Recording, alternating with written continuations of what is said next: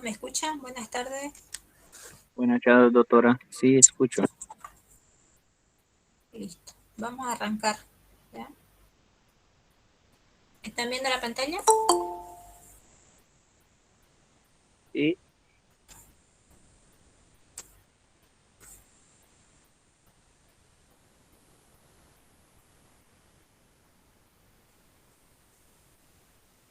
Bien. ¿Ven, no? La diapo. Sí, se ¿Pueden ve. ver la diapo? Sí, doctora. Ya.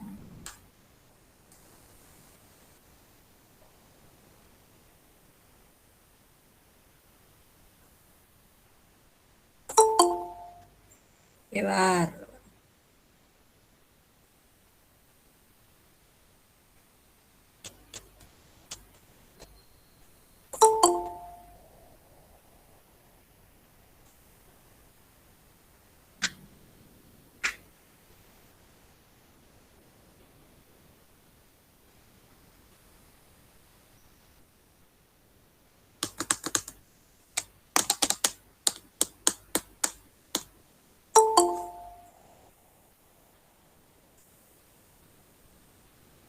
Listo. Ahora sí empezamos.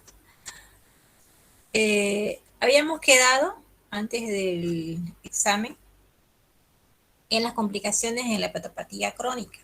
¿Se acuerdan, no? Que vimos la primera parte de lo que era la citis, la difusión circulatoria postparacentesis, que por cierto fue pregunta de examen y que creo que una sola persona la respondió de manera adecuada.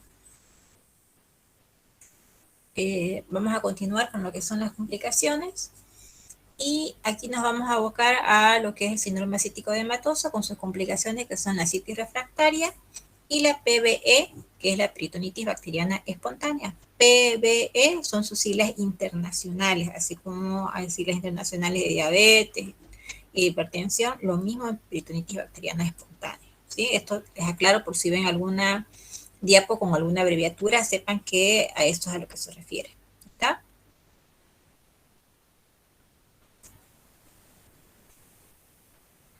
¿Cambió la diapo? Sí, doctora. Ya. Bien, ascitis refractaria. ¿Qué es la ascitis refractaria? Es la ascitis que no va a tener una buena respuesta al manejo médico o al tratamiento. ¿Sí?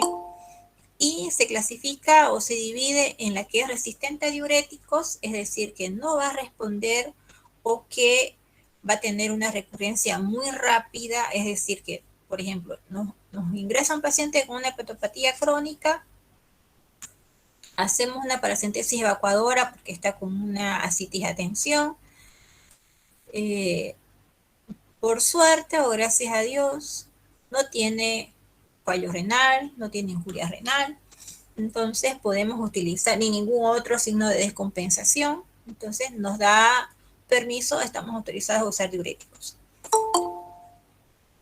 Hacemos diuréticos y el paciente en menos de 72 horas nuevamente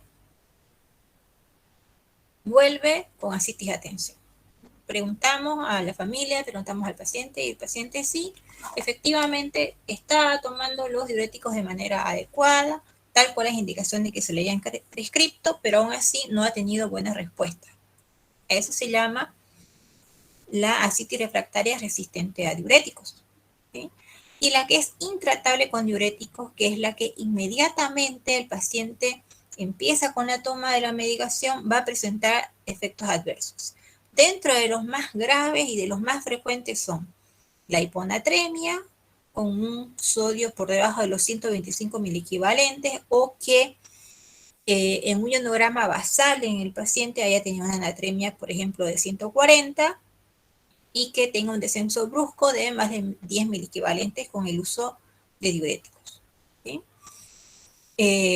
La hipocalemia o hipercalemia, ambos extremos, el empeoramiento de las cifras de función renal, es decir, creatinina mayor de 2 gramos por decilitro, o que multiplique la cifra basal con la cual habíamos iniciado el tratamiento con diurético.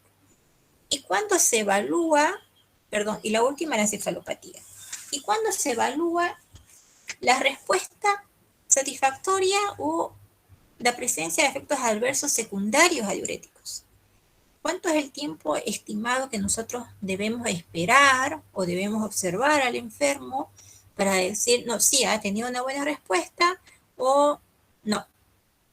La verdad que es un paciente que produce complicaciones, produce empeoramiento, tanto laboratorial como clínico, entonces no es paciente candidato para uso de diuréticos.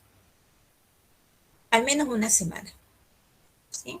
Hay pacientes que evolucionan mucho más rápido y en menos tiempo se puede ver la respuesta o no, pero el tiempo de espera que se da es de una semana. ¿Sí? Cuando hablamos de ascitis refractaria, ¿cuáles son los criterios? Tratamiento durante una semana con dosis máxima de furosemida y espironolactona, más restricción de sodio, es decir, menos de 90 milimoles por día. Disminución de menos de 800 gramos en 4 días y excreción de sodio menor al ingerido. Esto se calcula realizando una natriuresis, es decir, un ionograma urinario. Si es posible, en orina de 24 horas del paciente, y si no se puede, por cuestiones sociofamiliares del paciente, una orina al azar, de preferencia a la primera hora de la mañana. O que el paciente tenga recurrencia de ascitis de grado 2 a 3 dentro de las últimas 4 semanas, que es el paciente que les comenté en el caso clínico que vimos al inicio de la presentación de hoy.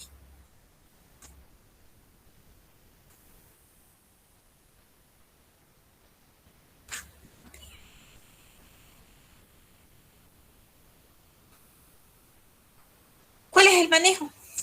La paracentesis evacuadora. ¿De cuánto? Esta es una pregunta que todo el tiempo uno se hace, ¿no? Desde que uno inicia el manejo con pacientes en sala hasta desde el momento que uno ya es especialista y es el encargado de el manejo de este paciente como subespecialista. No hay una cifra, no hay un dato con un número exacto que nos diga en un paciente con ascitis atención o en un paciente con ascitis grado 3 o con ascitis severa, máximo se le puede sacar, por decir un número, máximo se le puede sacar 8 litros porque más allá de los 8 litros el paciente se va a descompensar. No, o no se le puede sacar menos de 5 litros porque menos de 5 litros es muy poco y se va a volver a descompensar muy pronto. No existe un dato con una cifra, no hay un consenso. ¿Sí? Esto uno lo evalúa según todo el contexto clínico del enfermo, cómo vea al paciente, cuál es el cuadro que acompaña a la ascitis, porque lastimosamente la ascitis no viene pura en el paciente. No es que el cirrótico va a llegar a las manos de uno únicamente con ascitis y nada más. No le resuelvo, manejo la ascitis y punto. No. Ese paciente, lastimosamente, sería el paciente ideal, pero no existe en la vida real. ¿Está? Entonces, la cantidad de líquido que va a extraer en una paracentesis evacuadora en estos casos, uno lo maneja según todo el contexto, según el todo del paciente. Y por supuesto, según las medidas que tenemos para ofrecerle para evitar una descompensación como la de CPP, por ejemplo. ¿Qué sé yo? Acuérdense que les decía que en una paracentesis evacuadora que se extrae por encima de 5 litros de líquido acítico, se tiene que reponer de preferencia con albúmina, ¿no? O una dosis de 8 gramos por cada litro que se extrae. Entonces ustedes calculen cuántos frascos de albúmina se van a necesitar. Y en un país tercermundista como el nuestro, con la seguridad a corto plazo y la salud pública y todo eso, con muy poca ayuda al paciente, significa un alto costo. Cada frasco de albúmina, póngale ustedes aproximadamente entre 300 y 450 bolivianos según la marca. Y ustedes van a necesitar, si llegan a realizar una paracentesis aproximadamente de 10 litros, van a necesitar entre 3 o 4 frascos de albúmina. Imagínense que el paciente en el seguro que está o en el hospital que está, la farmacia no le cubra eso. Entonces, estamos hablando casi de entre 1.500 y 2.000 bolivianos que tiene que tener el paciente en el bolsillo para poder realizar el tratamiento de reposición de la albúmina. Entonces, mucho depende de esas cosas. Depende del contexto clínico y depende de lo que tengo para ofrecerle al paciente para evitar que el manejo que yo le voy a hacer le corrija algo, pero le empeore otra cosa. ¿Sí? Y eso lo hacemos con la reposición. Acuérdense, la albúmina cuando es por encima de 5 litros y con solución fisiológica cuando es por debajo de 5 litros de paracentesis realizada. El uso de diuréticos. No se usa en ascitis refractaria. ¿Sí? ¿Por qué? Porque por lo general no va a haber una buena respuesta como vimos en la diapo anterior. No vamos a tener la natriuresis o la eliminación de sodio buscado y lo que vamos a tener más al contrario es ya la instalación de complicaciones como injuria renal aguda, como hiponatremia, como hipocalemia, como hipercalemia y por último encefalopatía. ¿Sí? La encefalopatía es una de las reacciones adversas más comunes en el cirrótico que usa diuréticos. ¿Por qué? Porque hay una línea muy fina, muy delgada entre la normalidad y la compensación de este paciente y la descompensación de este enfermo. Este paciente no nos va a hacer fiebre si está infectado. Este paciente no va a hacer escalofrío si tiene una infección. Este paciente no va a decir, ay, me siento decaído, me siento desganado, si está empezando con algún proceso infeccioso, que es lo más común que desencadena una complicación, una descompensación. ¿Por qué? Porque tiene el sistema inmunológico debilitado. Si es un paciente inmunosuprimido o inmunocomprometido, entonces no va a hacer signos claros de infección. Y todo paciente cirrótico infectado que use diuréticos o al que se le indiquen diuréticos, inevitablemente va a desarrollar otra complicación como es la encefalopatía. Entonces hay que tener mucho ojo y conocer muy bien al enfermo y conocer muy bien la enfermedad para dar diuréticos en este paciente.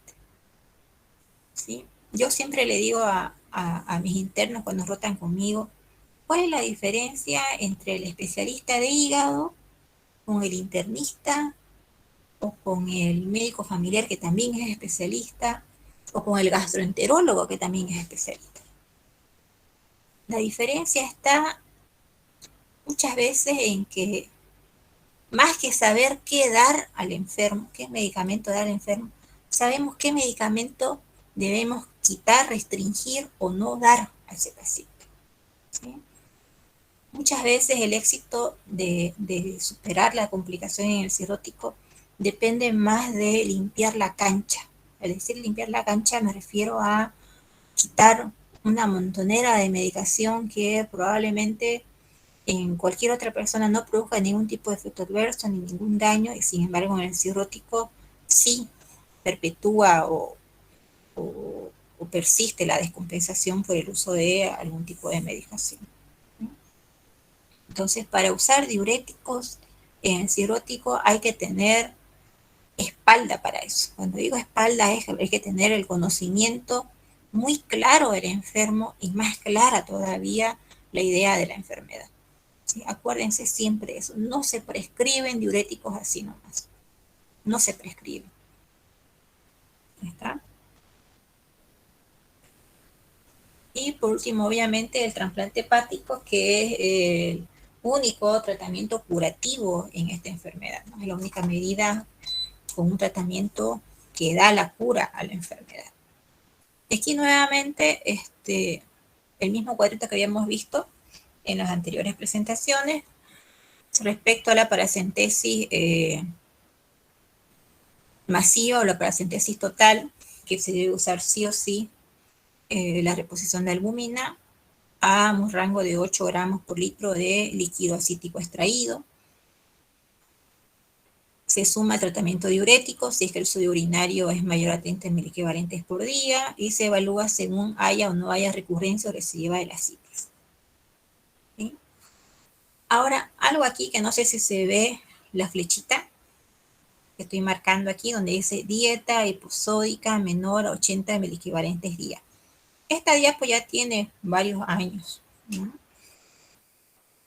Y hay algo nuevo que ha partido ni siquiera el último año, los últimos 6 meses u 8 meses, respecto al manejo del cirrótico con ascites. Se está incentivando ya a no prescribir, a no indicar, a no recomendar las dietas hiposódicas. ¿Por qué? Porque dentro de la historia natural del enfermo cirrótico, del paciente cirrótico, se ve que uno de los factores de mal pronóstico es la sarcopenia, que sería un grado de desnutrición y de pérdida de masa muscular muy severa, y un término que se ha sumado mucho en los últimos consensos y en los últimos congresos y charlas de patólogos, que es la fragilidad del paciente cirrótico. ¿Y qué tiene que ver la dieta con todo esto que les estoy comentando? Sucede que si nos ponemos a pensar nosotros, en nuestro entorno, nosotros mismos, casi a nadie le gusta la comida sin sal, ¿no? La sal es lo que le da el gusto a la comida, es lo que dicen muchas personas. Entonces, a un paciente que ya tiene encima toda una mochila que cargar de indicaciones, de restricciones y de cosas, sumarle a eso algo tan natural y tan simple como la alimentación, sumarle la alimentación como una tarea que él tiene que hacer al comer sin sal, termina agobiando más al enfermo y el paciente termina dejando de comer o comiendo mucho menos de lo que debería comer. Entonces los últimos consensos se están abocando más a estudiar si liberando al paciente de esta restricción de la dieta hiposódica, tal vez se podrían llegar a mejorar los parámetros nutricionales, tal vez se podría llegar a revertir un poquito esa evolución a la sarcopenia, que da muy mal pronóstico al paciente, que en los países donde hay el alcance de un trasplante hepático, muchas veces el paciente ya no tiene el performance status para acceder a una cirugía del tamaño que es un trasplante hepático, de la magnitud que implica un trasplante hepático. Entonces se están evaluando estas medidas, ¿sí? Aún no se han quitado del consenso lo que es la dieta hiposódica, el consenso de manejo a nivel mundial, pero se están reevaluando según los estudios, según las series que se están analizando, cuán beneficioso podría ser liberar al paciente de esta dieta y dejarlo que coma. Capaz dejándolo comer de manera libre, tampoco que se tire, qué sé yo, 2 kilos de queperí frito por noche con su chipilo, por decirlo acá en nuestro medio. Tampoco así la exageración, ¿no? Ni tan, ni muy. Y ver la evolución del paciente. Ver si mejora la sarcopenia, ver si mejora los parámetros nutricionales y con esto de repente evaluar si mejora también las internaciones o hospitalizaciones por ascitis, porque acuérdense que el tercer espacio que se forma en el cirrótico es el líquido que fuga al tercer espacio en la cavidad abdominal.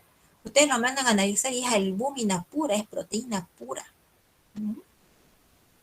Entonces nosotros sacamos eso y lo que estamos sacando es la albúmina del paciente, pero que está en un espacio que no corresponde, no está en el intravascular. ¿Sí?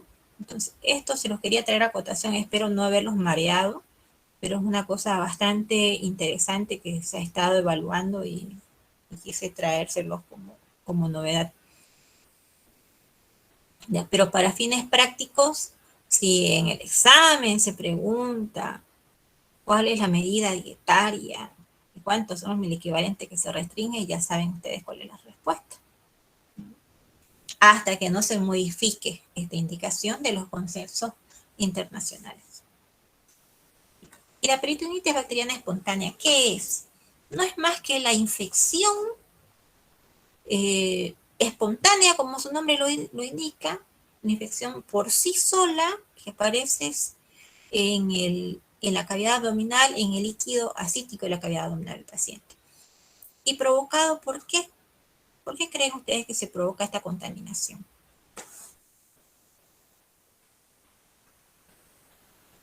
Están los intestinos del paciente cirrótico nadando en el tercer espacio que es la cavidad abdominal, llena de líquido.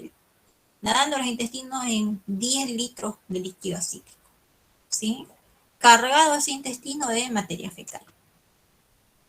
Entonces, lo que sucede es que aumenta la permeabilidad de las paredes del intestino y hay una traslocación, hay una fuga de las bacterias propias de la materia fecal a través de estas paredes con aumento de permeabilidad hasta el líquido asítico y lo contaminan.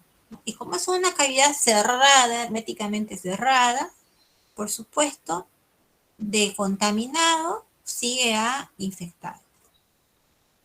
Esa es la peritonitis bacteriana espontánea. ¿Sí? ¿Y cómo hacemos el diagnóstico real y tangible? A través de una paracentesis que mandamos a analizar el físico-químico al laboratorio. Si en físico-químico nos reportan que hay presencia de más de 250 células polimorfonucleares en el líquido asítico, estamos frente a una peritonitis bacteriana espontánea. ¿Sí?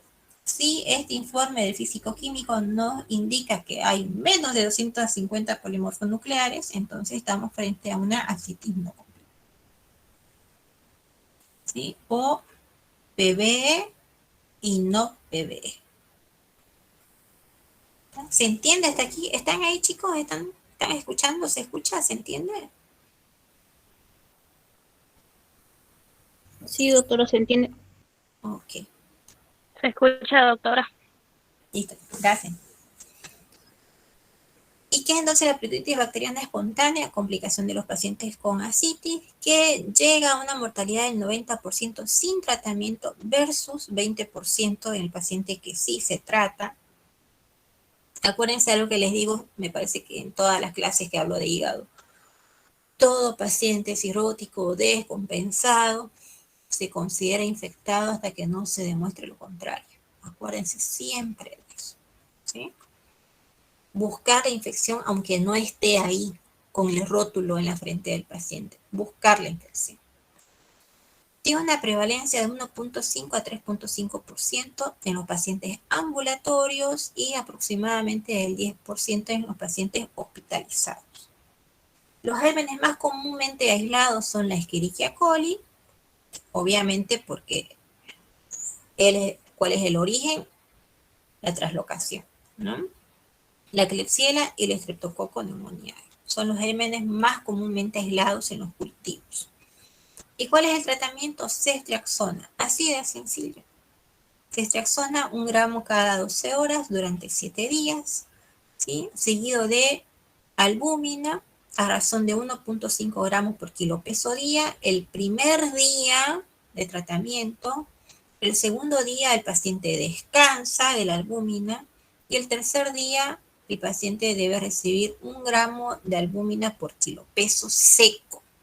Al paciente cirrótico con ascitis se lo tiene que pesar y se tiene que hacer el cálculo para el peso seco. Y según ese peso seco calculado, que supongo que lo han visto ya en fisiología, en fisiopato, en nefro, según ese peso que ustedes calcularon, hacen la dosificación de la albúmina. ¿Esto para qué? Esto para prevenir injuria renal que puede desencadenar en un síndrome hepatorenal, que es altamente mortal en el paciente cirrótico. ¿Sí? Hay un protocolo que ya da cifras y fórmulas para utilizar estas dosis de albúmina, ¿sí? paciente que tiene creatinina mayor de 1 miligramo por decilitro, que fíjense que es un valor normal, ¿no? Pero ya se sugiere, ya se recomienda que en este enfermo se utilice albumina para prevención de un síndrome hepatorenal, ¿sí? O que tenga una bilirrubina mayor de 4. ¿Por qué? Porque la bilirrubina mayor de 4 es un predictor o es un marcador de descompensación por encefalopatía, ¿sí? Luego del primer episodio de peritonitis bacteriana espontánea o PBE, se debe dosar las proteínas, la albúmina, para ver si continúa siendo un GASA mayor de 1,1 o de menor de 1,1, realizar el cálculo del score de Child-Pugh y, por supuesto, ver la evolución de las cifras de la bilirrubina. En todo paciente que ya tuvo un primer episodio de peritonitis bacteriana espontánea, una vez resuelto el cuadro, clínicamente, laboratorialmente, este paciente se debe ir con norfloxacina 400 miligramos por día, todos los días, de por vida, ¿sí? ¿Cuándo suspendo la norfloxacina? Una tableta por día. Cuando el paciente ya no tenga ascitis, si logro revertir por completo la ascitis, escuchen esto, si logro revertir la ascitis, no si logro revertir la peritonitis. La peritonitis la tengo que curar con antibióticos, ¿sí? Con ceftriaxona o según el cultivo. La norfloxacina ya es para prevenir recurrencias de nuevos episodios de peritonitis bacteriana espontánea, ¿sí? Entonces, ¿durante cuánto tiempo uso la norfloxacina en el cirrótico con ascitis?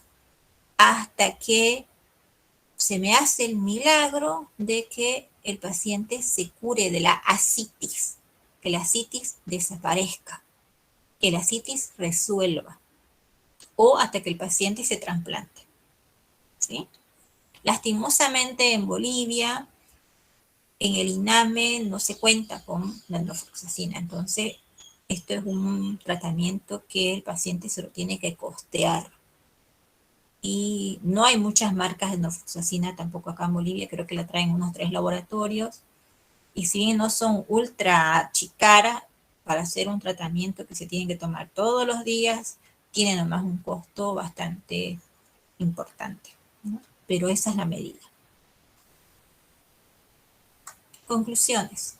El síndrome ascítico hematoso constituye la complicación más frecuente, el punto de inflexión entre cirrosis compensada y descompensada.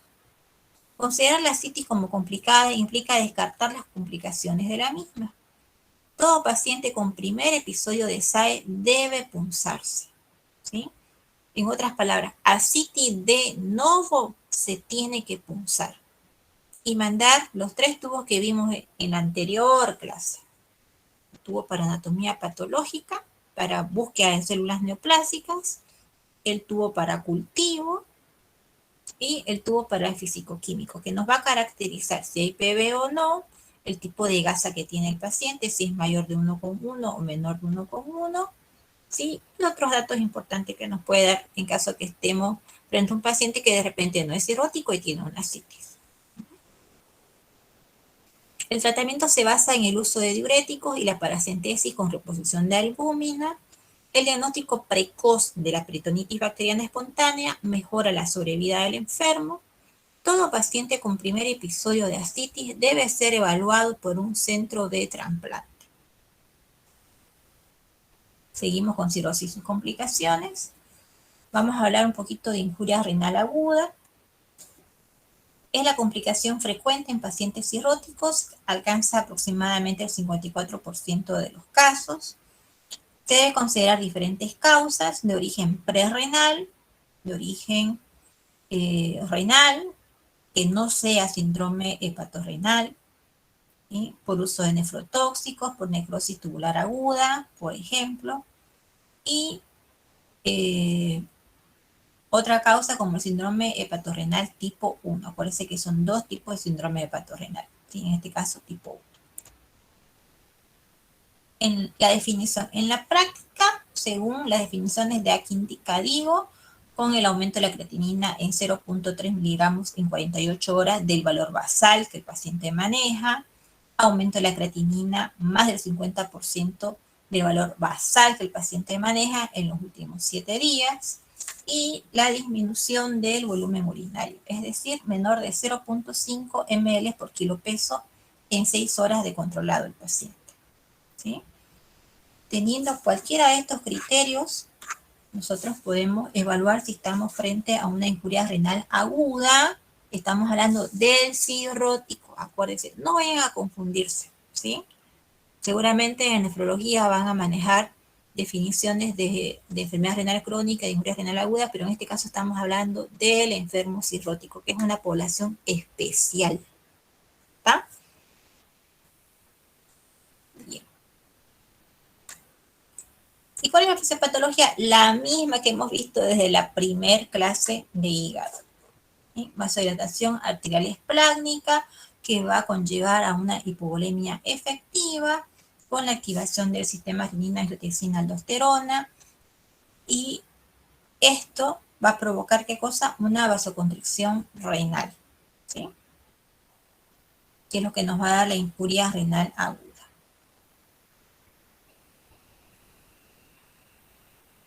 Eso es un dibujito, esto es un esquemita que ustedes pueden ver dependiendo de el tipo de lumen que se ve en el vaso, ¿sí? Tenemos el flujo renal en pacientes sin ascitis, un poco más disminuido acá el flujo renal, pacientes con ascitis sin injuria renal aguda, y acá, por supuesto, ya una marcada alteración a nivel del lumen, este es el flujo renal, ya en pacientes con cirrosis descompensada con injuria renal aguda. ¿Sí? ¿Por qué? Porque ahí se está demostrando una vasoconstricción. A esto se refiere el esquemita. El lumen normal, el lumen un poquito más disminuido, o sea, no hay tanta vasoconstricción. Aquí el lumen mucho más reducido con una mayor vasoconstricción o marcada vasoconstricción, que va a desencadenar ya una IRA, es decir, una insuficiencia, una injuria renal aguda en el cirrótico. ¿Y qué puede desencadenar o qué puede desarrollar una injuria renal aguda del cirrótico? Uso de diuréticos, como ya dijimos en las anteriores diapos, presencia de infecciones, uso de drogas nefrotóxicas, como cuáles, los AINES. El cirrótico no puede usar AINES nunca, nunca, ningún tipo de AINES. Ni el más antiguo y más barato y por decirlo de alguna manera más culinchi, ni el más nuevo y de ultra recontra vanguardia y más caro y más fino. Todos en el cirrótico provocan lo mismo, todos los AINES. ¿Sí? Todos provocan precipitación de encefalopatía, eventual sangrado y injuria renal aguda. ¿Está? Hemorragia digestiva como complicación. ¿Por qué? Porque va a disminuir, ¿qué cosa? Acuérdense del cuadrito de acá. Va a disminuir mucho más la hipovolemia efectiva, ¿no? Hipovolemia por otras causas, vómitos, diarreas, deshidratación y la realización de paracentesis sin albúmina. Acuérdense. Acuérdense cuando les dije que no hay una cantidad ni una cifra para decir cuánto tengo que extraer de líquido en el paciente cirrótico. Que me tengo que basar en cómo está el enfermo y en lo que tengo para ofrecerle. Y lo que tengo para ofrecerle me refiero a esto, ¿no? Las medidas posteriores a paracentesis para evitar qué cosa. Que le curo la disnea por la citis a tensión, pero le pongo injuria renal aguda al paciente. Estadificación. Esto según el incremento de la creatinina, ¿sí? El estadio 3 es un paciente candidato para hemodiálisis. El impacto pronóstico, esto habla mucho de la historia natural del enfermo cirrótico según el estadio de injuria renal aguda. Esto solamente para que ustedes lo tengan en mente, ¿sí? A mayor progresión, por supuesto, mayor tasa de mortalidad, ¿sí?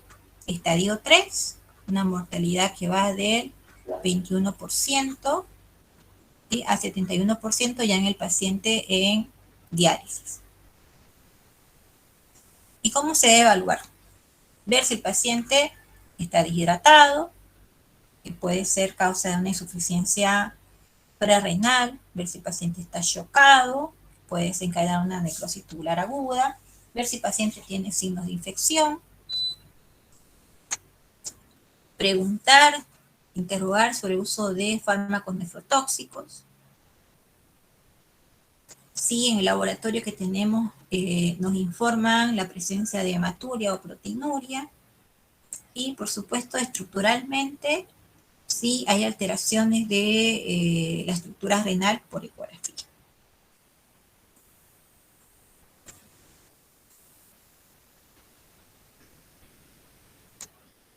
¿Y cuál es el tratamiento? El tratamiento es según el estadio, ¿sí? Siempre en el cirrótico se trata de rescatar al riñón con albúmina, ¿no? Se trata de rescatar al riñón quitando todas las drogas que pueden estar precipitando, desencadenando o perpetuando esta injuria renal, pero además sumando el uso de albúmina. Y esto es una cosa que también me gustaría que tengan en mente. Cuando hablamos de edemas, cuando hablamos de tercer espacio en nefrología o en cardiología, se ve mucho que el paciente se beneficia de uso de furosemida en bolo, furosemida en vena, que esto disminuye la precarga, y con esto el paciente evoluciona y mejora su injuria renal y todo esto, ¿no? En el cirrótico no es así. En el cirrótico, el uso de furosemida endovenosa y más aún sola, sin acompañamiento de la espironolactona, el paciente está destinado a empeorar. ¿Le vamos a fundir los edemas? Probablemente tengamos un paciente que no va a tener edema. Pero si miramos con una lupa ese riñón, estamos haciendo desastre con ese riñón. Es como que estemos maquillando al paciente para que por fuera se lo vea que esté mejor, pero ese paciente prácticamente nosotros le estamos poniendo más fichas para que el paciente haga un síndrome hepatorrenal, ¿no? Y con esto el paciente probablemente fallezca. ¿Está? Entonces, no se usa furosemida endovenosa en los pacientes cirróticos. Y más todavía cuando es sola, cuando es sin espironolactona. La furosemida en el cirrótico se usa únicamente por vía oral y siempre acompañada de espironolactona. ¿Sí? Fíjense que el tratamiento por ningún lado menciona diuréticos endovenosos. Por ningún lado. Entonces, ¿cuáles son las partes del tratamiento? Suspender los nefrotóxicos, suspender los diuréticos, tratar la infección y realizar expansiones con albúminas o cualquier otro coloide que se tenga a la mano. Si el paciente respondedor, se realiza este manejo hasta volver o retornar hasta la creatinina basal que tenía el paciente. ¿Sí? Si no responde o hay progresión y empeoramiento más de estos valores de laboratorio y empeoramiento de la clínica, se considera que ya estemos frente a un paciente con un síndrome hepatorrenal instalado. Y el síndrome hepatorrenal tiene una incidencia anual en pacientes cirróticos con ascitis hasta del 8%, que parece un número pequeño, pero cuando estamos frente a un paciente con un hepatorrenal, agárrate Catalina, porque el pobre no hay quien lo salve. Es de mal pronóstico, es indicación per se de trasplante hepático. El síndrome hepatorrenal tipo 1 tiene una supervivencia media, fíjense ustedes, de 2 semanas. 14 días de supervivencia tiene ese paciente.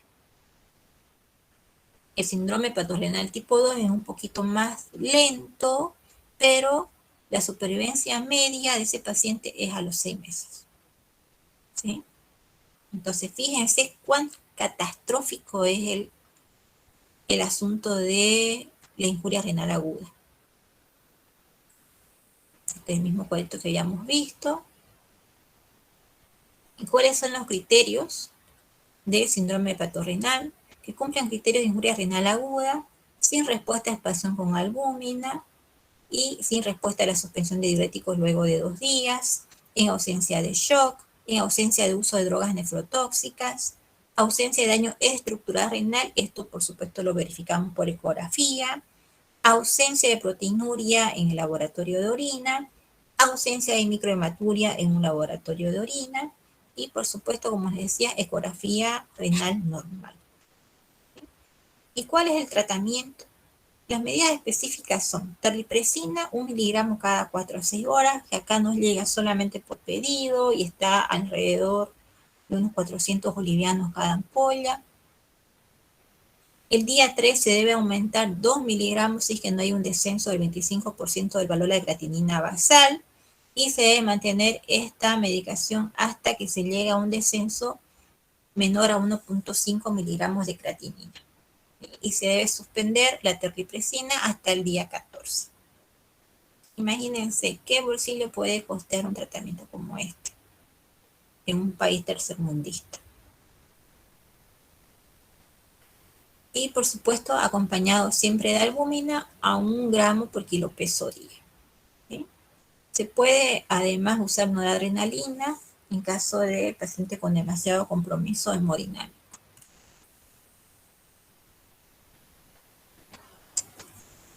Continuando con las complicaciones, encefalopatía hepática. La prevalencia de la encefalopatía hepática manifiesta y sintomática al diagnóstico de la cirrosis es del 10 al 14%. Está presente entre el 10 y 50% de los pacientes con TIPS. TIPS es un tipo de derivación que se utiliza para liberar al paciente de las ascitis refractarias. ¿Sí? Es un tipo de válvula. Ocurrirá en el 30-40% de los pacientes cirróticos durante su evolución. Es una disfunción cerebral causada por insuficiencia hepática y o derivación portosistémica.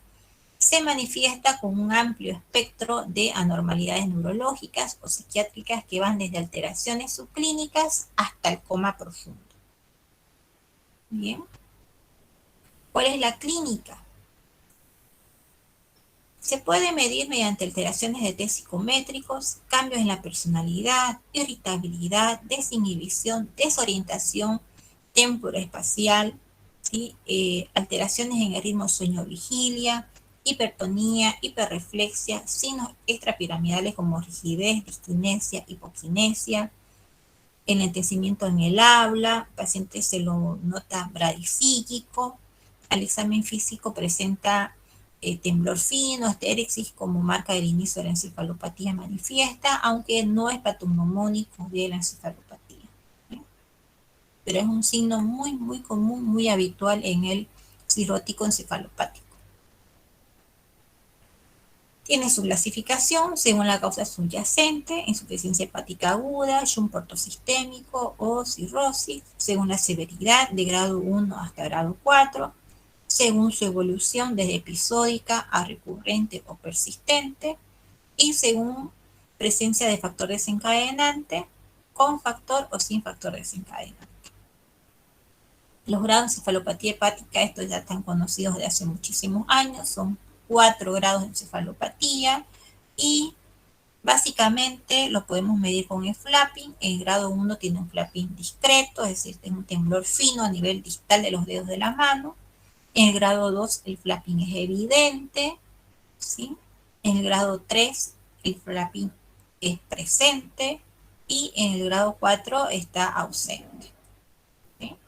¿Por qué? Porque el paciente está en coma, no es porque esté menos grave el grado 4, sino que el paciente está en coma y por supuesto no tiene nada de respuesta neurológica.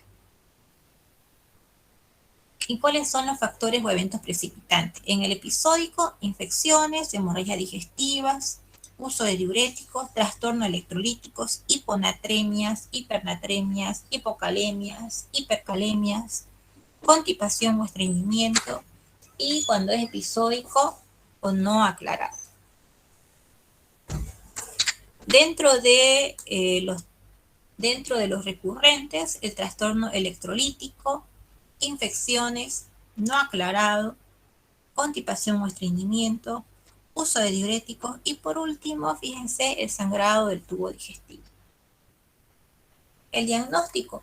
No existe un consenso para el diagnóstico de este cuadro. Principalmente se basa en observar las manifestaciones clínicas, identificación de factores precipitantes y el uso de test neurológicos nos pudiera un poquito colaborar en caso de que estemos frente a una encefalopatía hepática mínima o encubierta.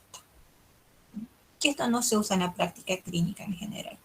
El dosaje de amonio en las últimas guías ya no está indicado, tiene muy poca confiabilidad de diagnóstico, aparte que el costo es muy elevado.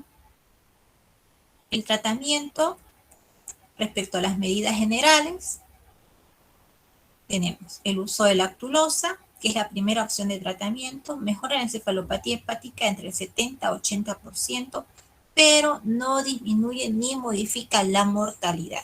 Esto es una cosa importante. ¿Sí? Se debe iniciar con dosis de 25 ml cada 12 horas hasta lograr al menos 2 evacuaciones blandas por día. Titular hasta obtener de 2 a 3 evacuaciones, es decir, catarsis por día. La sobredosificación de la lactulosa lo que puede llegar a provocar es aspiración, deshidratación, diarrea e hiponatremia, obviamente secundaria a las deposiciones. Rifaximina, que es un antibiótico no absorbible de concentración luminal. Esto es muy discutida, su utilidad en el episodio agudo, ¿no? Pero ante las pocas armas, las pocas herramientas que tenemos para sacar a un paciente de la encefalopatía, se echa mano también de la rifaximina, muchas veces en combinación con la lactulosa.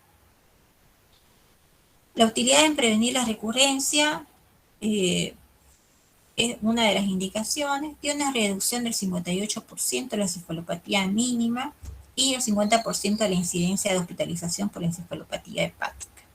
¿Sí? Y lo que les decía, muchas veces el uso es asociado a lactulosa. La nutrición. Importantísimo mantener el adecuado estado nutricional de este enfermo. La malnutrición proteica empeora el pronóstico de la encefalopatía hepática. A esto va un poco lo que les comentaba cuando hablábamos de la dieta hiposódica. Incorporar las proteínas en todas las comidas. Ya no existe en el hepatópata eso de la restricción de las proteínas de origen animal, que porque el metabolismo y que ya el paciente tiene exceso de amonio y eso ya no existe. Ese verso ya no se ocupa más, no se usa más y el paciente debe tener una dieta adecuada respecto a las proteínas, tanto de origen vegetal, origen animal, ¿sí? Porque fíjense acá, la malnutrición proteica empeora mucho más el pronóstico de encefalopatía hepática. Se deben realizar colaciones nocturnas en este paciente. ¿Sí? Entre otras medidas que son las que menos... Chicos, ¿qué está conectando esto ahora?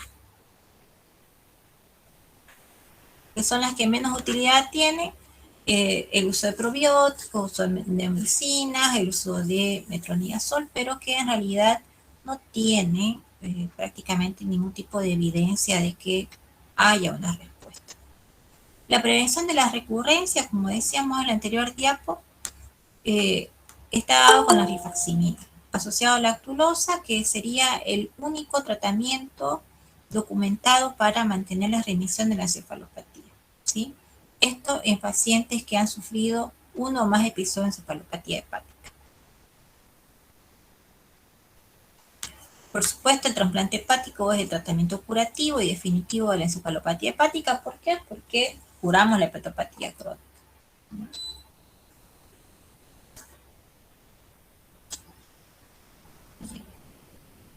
Una de las últimas complicaciones es el hepatocarcinoma.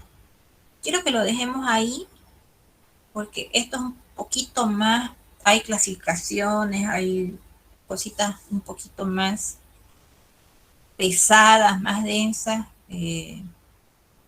hay poco más de números, de cifras. Entonces, esto lo vamos a dejar para la siguiente clase. Deben estar un poquito cansados. Y la siguiente clase terminaríamos con esto, que son las complicaciones del cirrótico. Terminamos con hepatocarcinoma. Y ya vamos a arrancar con las hepatitis virales. Nos tocaría hablar de hepatitis A. Como es cortito, vamos a hacer hepatocarcinoma para terminar todo lo que son complicaciones. Y vamos a arrancar con hepatitis A para iniciarlo con lo que son hepatitis virales. ¿Sí? Bien, chicos. ¿Alguna pregunta?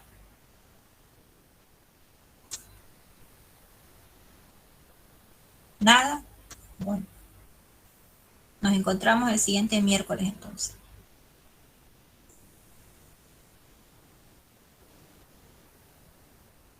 Gracias, doctora. ¿Listo? Chau, chau.